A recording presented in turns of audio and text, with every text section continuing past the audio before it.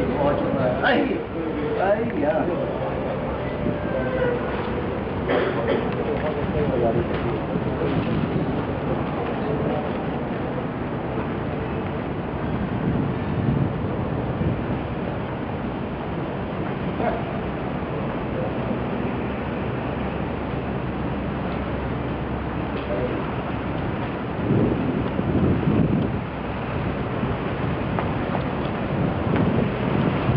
今日係2007年5月8號，我喺皇后碼頭見到咁嘅情況，同埋要填一份問卷，心裏面覺得雖然未搭過皇后碼頭，但係呢度好好地做乜要拆呢？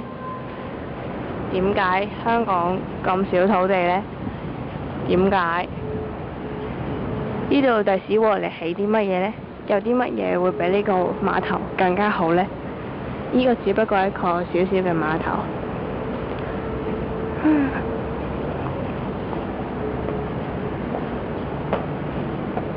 呢就係佢哋寫嘅字。